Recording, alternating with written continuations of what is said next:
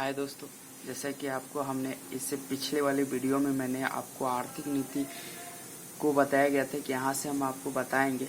आपने और यहाँ तक नोट किया होगा आर्थिक नीति के बारे में। 1861 का पुलिस एक्ट के आधार पर जो भी लागू किया गया था पुलिस सुधार के लिए एक कदम उठाया गया था ताकि ब्रिटिश शासन के विरुद्ध उभरने वाले विद्रोह को दबाया जा सके। यहाँ तक आपने नोट किया होगा। अब यहाँ से आर्थिक नीति है दोस्तों। मैं आपको पार्ट 1 से 1 से लेके ये डिस्ट्रिक्ट का है मटेरियल क्लास नोट्स है। आपको कोई नहीं मिलता है ये क्लास नोट्स, कहीं भी मार्केट मिलता है। मार्केट में खरीदोगे जाके तो पैसे अच्छे खासे लग जाते हैं। उसका प्रिंट करवाओ, साफ राइटिंग नहीं रहती है, बहुत पुराना नोट है, नया नोट्स नहीं मिलता है। तो ये तो आपको 2021 का है, 21-22 का है। ये 2022 का आपका नोट्स है। आप इसे चाहे तो इसे आप नोट्स करके आप पढ़ाई कर सकते हो। 2000 कोरोना तक के मुद्दे को यहाँ पर उठाया गया है मॉडर्न हिस्ट्री में, ठीक है। आगे आपको कोरोना के काल तक का मॉडर्न हिस्ट्री दिखेगा, तो आप यहाँ से नोट करते जाएंगे आर्थिक नीति। आप इस वीडियो को ज़्यादा से ज़्यादा शेयर करें, लाइक करें और सब्सक्राइब भी कर सकते हैं दोस्तों। आर्थिक नीति में क्या था? गृह व्यय तथा धन की निकासी था। कृषि एवं भू राजस्व व्यवस्था, अकाल एवं ऋणग्रस्तता एवं सरकार की प्रतिक्रिया, आधुनिक उद्योगों की स्थापना के प्रति ब्रिटिश नीति। धन की निकासी 1765 के पश्चात वाणिज्यिक चरण क्या था? 1765 पहला, बंगाल से लूट, जबरन प्राप्त उपहार, बंगाल की दीवानी से रकम से भारत की वस्तुओं की खरीद। वित्तीय चरण, भारत से गृह व्यय के रूप में। वित्तीय चरण, भारत से गृह व्यय के रूप में। इस चरण में गृह व्यय के धन की निकासी का एक रूप गृह व्यय वह रकम थी जो भारत सरकार के द्वारा प्रत्येक वर्ष लंदन स्थानांतरित की जाती थी। इसमें कई मदें शामिल थी। रेलवे पर प्रत्यभूत ब्याज, सरकारी कर्ज की राशि पर ब्याज, अवकाश प्राप्त ब्रिटिश अधिकारियों का पेंशन एवं ब्रिटेन एवं भारतीय सेना के की जाने वाली भारतीय सेना के लिए की जाने वाली सैनिक सामग्रियों की खरीद एवं सेना के प्रशिक्षण का खर्च। यह विवाद का विषय है कि गृह व्यय की राशि किस हद तक धन की निकासी में शामिल है। एक तरफ दादा भाई नौरोजी और आर.सी. दत्त जैसे राष्ट्रवादी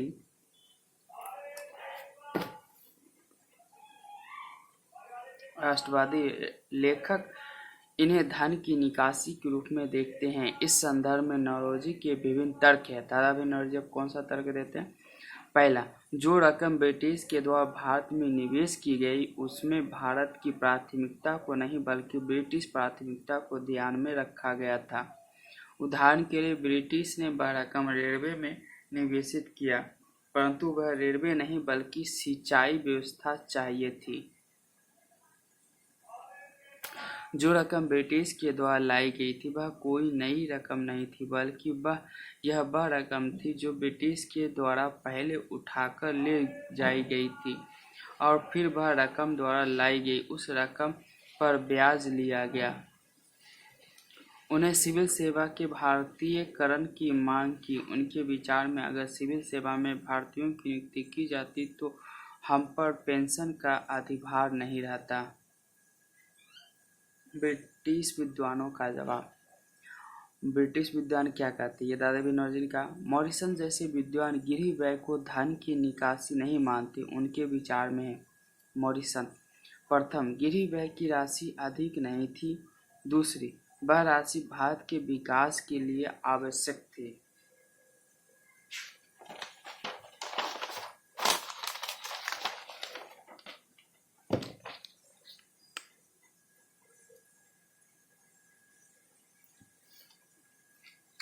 अब 80 पेज पलटने के बाद थोड़ी सी गड़बड़ा गई। संतुलित विचार। अब संतुलित विचार क्या था? यद्यपि संपूर्ण गृह व्यय को ध्यान की निकासी का करार नहीं दिया जा सकता, परंतु यह भी सही है कि गृह व्यय का एक भाग रकम निश्चित ही धन की निकासी था क्योंकि उसे बचाया जा सकता था। ठीक, यहाँ तक आपने नोट किया। अब गृह व्यय क्या था? गृह व्यय संपूर्ण गिरी व्यय को हम धन की निकासी नहीं कह सकते, परंतु गिरी व्यय का एक बड़ा भाग धन की निकासी अवश्य थी। क्या गिरी व्यय ही एकमात्र धन की निकासी थी अथवा इसमें कुछ और भी मदे भी जोड़ने चाहिए? अन्य मुद्दे क्या थे? कुछ अन्य विद्वानों का मानना है कि गिरी व्यय के साथ कुछ अन्य मदे भी जोड़ी जानी चाहिए। पहला मत, भारत में कार्यरत ब्रिटिश अधिकारियों के वेतन का वह भाग जो बचाकर लंदन भेज देते थे। नंबर 2, निजी ब्रिटिश अधिकारियों का लाभांश जो वे यहाँ से ब्रिटेन भेजते थे। नंबर 3, ब्रिटिश पाउंड्स पर मानक पर आधारित था जबकि भारतीय रुपया चांदी के मानक पर आधारित था। आगे जब 1870 के दशक में वैश्विक स्तर पर स्वर्ण की कमी पड़ गई तो स्वर्ण एवं चांदी के संबंध बदल गए, क्योंकि सोने की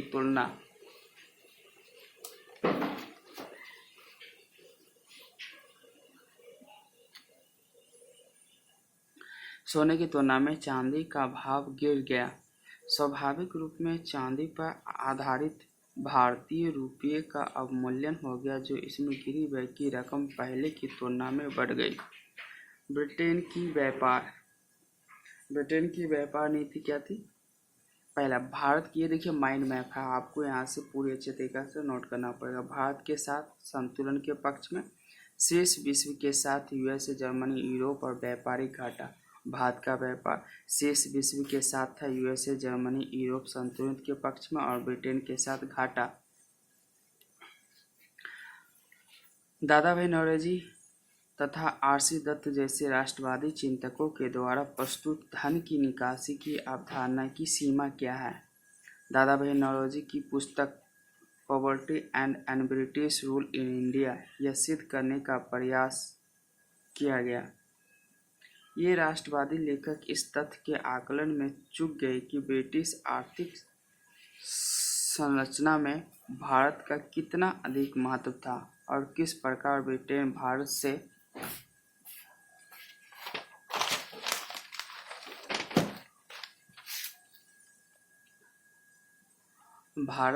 प्राप्त रकम से अपना व्यापारिक घाटा पूरा करता था। परिणमति, धन की निकासी के उनके आकलन में केवल सरकारी आंकड़ों पर ही ध्यान रखा गया, परंतु निजी एजेंसियों के द्वारा जो हस्तांतरण किया जा रहा था वह उनके आंकड़ों में शामिल नहीं है। अब देखिए इसका निष्कर्ष, उपयुक्त सीमाओं के बावजूद भी इन विद्वानों के द्वारा दिए गए आर्थिक विचारों का इस बात का महत्व है कि कार्ल मार्क्स के पश्चात ये पहले ऐसे चिंतक हुए जिन्होंने औपनिवेशिक आर्थिक नीति की इस प्रकार धज्जियां उड़ाई। देखिए कई सवाल आ जाएंगे आपके सामने। पहला क्या सवाल था? आर्थिक राष्ट्रवाद के विकास में दादा भाई नौरोजी के विचारों के महत्व को उजागर कीजिए। दूसरा क्वेश्चन है, आर्थिक राष्ट्रवाद के विकास में दादा भाई नौरोजी की भूमिका का समालोचनात्मक प्रशिक्षण कीजिए। इसका आंसर आपको खुद लिखना पड़ेगा। आर्थिक राष्ट्रवाद क्या है उसके दिखना पड़ेगा और धन की निकासी किस पर होकर हुआ था उससे आपको नोट करना पड़ेगा।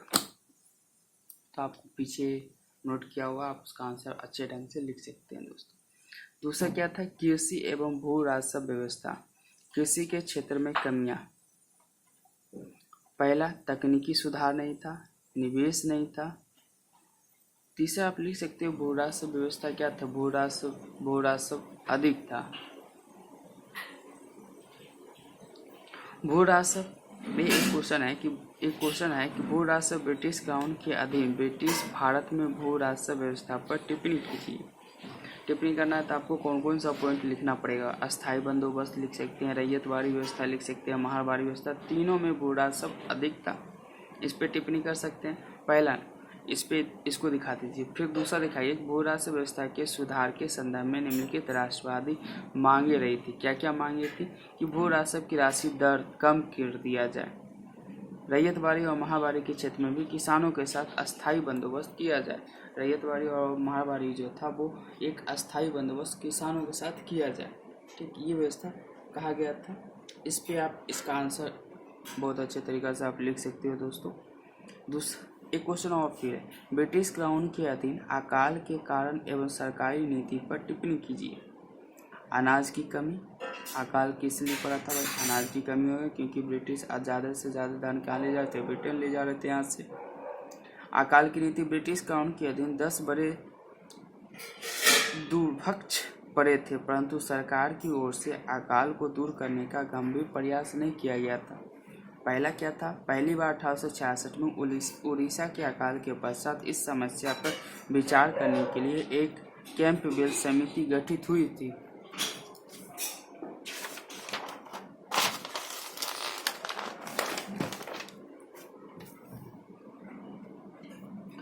गठित हुई थी। इसका आपको आंसर ही लिख रहे हैं यार, ये टिप्पणी है, इसका आंसर है अनाज की कमी, इसका आंसर है। आगे 1877 से 78 में जब भारत में एक भीषण अकाल पड़ा तो फिर लॉर्ड लिंटन के काल में एक स्ट्रेटजी आयोग का गठन हुआ। आगे इसकी अनुशंसा पर लॉर्ड रिपन के काल में एक अकाल संहिता बनी। इसमें यह प्रावधान लाया गया कि अगर 3/4 फसल नष्ट हो जाए तो भूरासा माफ़ कर देनी चाहिए, परंतु व्यवहार में यह रैयत बड़ी मुश्किल से मिल पाती थी।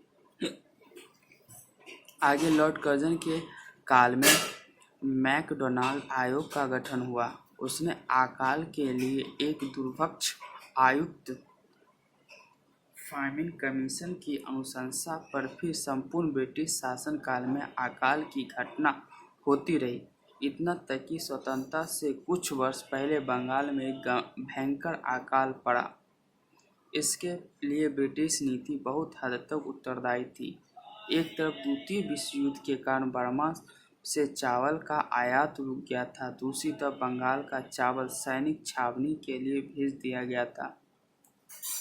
इस संदर्भ में राष्ट्रवादी चिंतकों ने निम्नलिखित मांगे रखी।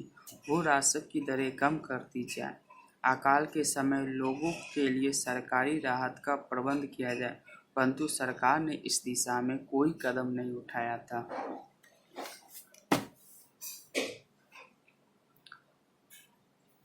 डी है आधुनिक उद्योगों की स्थापना तथा ब्रिटिश प्रतिक्रिया।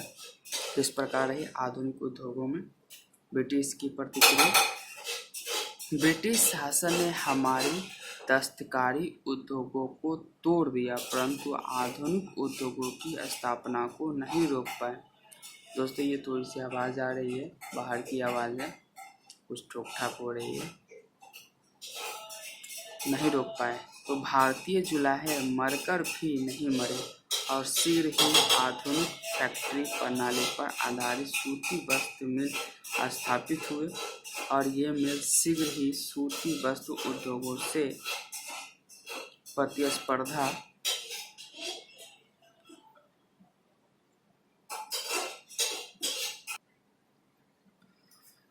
प्रतिस्पर्धा करने लगे। सर्वप्रथम पश्चिम बंगाल में कवासजी नाना भाई नामक एक भारतीय पूंजीपति ने बम्बई के बड़ौच में पहली सूती वस्त्र मिल स्थापना की।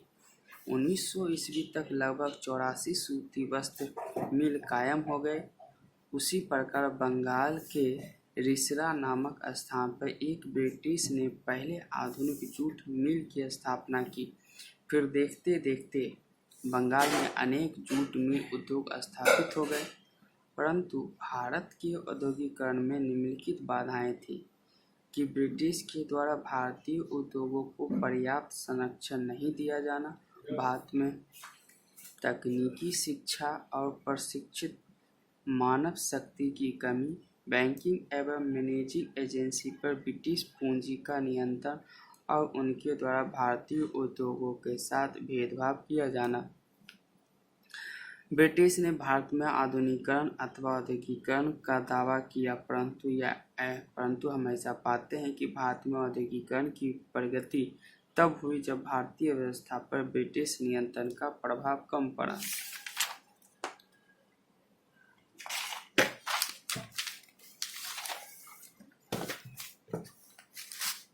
उदाहरण के लिए एग्जाम्पल, पहला, प्रथम विश्व युद्ध काल में भारतीय पूंजी का दबाव कम हुआ था तो फिर भारत में औद्योगिकरण की प्रगति हुई, यथा माचिस उद्योग, लोहा उद्योग एवं इस्पात उद्योग, शिक्षा उद्योग, कागज उद्योग आदि क्षेत्र में भारतीय पूंजी का विस्तार हुआ। पॉइंट नंबर 2, 1929-30 की विश्व आर्थिक मंदी के कारण भारतीय पूंजी का दबाव कम तो भारतीय औद्योगिकरण की प्रगति। द्वितीय विश्व युद्ध के समय भी भारत पर ब्रिटिश पूंजी का दबाव कम तो भारतीय औद्योगिकरण की प्रगति हुई। दोस्तों ये टॉपिक ये सामाजिक नीति है, ये मैं आपको कल नोट करवाऊंगा यहाँ से और यहाँ से सामाजिक ये सांस्कृतिक का टॉपिक है, यहाँ कुछ माइंड मैप है तो यहाँ से और ये कुछ क्वेश्चन है तो इसे मैं ये सारे क्वेश्चन ही ज़्यादातर हैं तो इसे मैं आपको कल ही नोट करवाने की कोशिश करूँगा। हम आपको उसके बाद यहाँ से इसके बाद तृतीय चरण आपको राष्ट्रवाद, फिर हम आपको स्टार्ट करेंगे। और हमारे वीडियो दोस्तों लाइक, सब्सक्राइब और शेयर करना ना भूलें। ओके।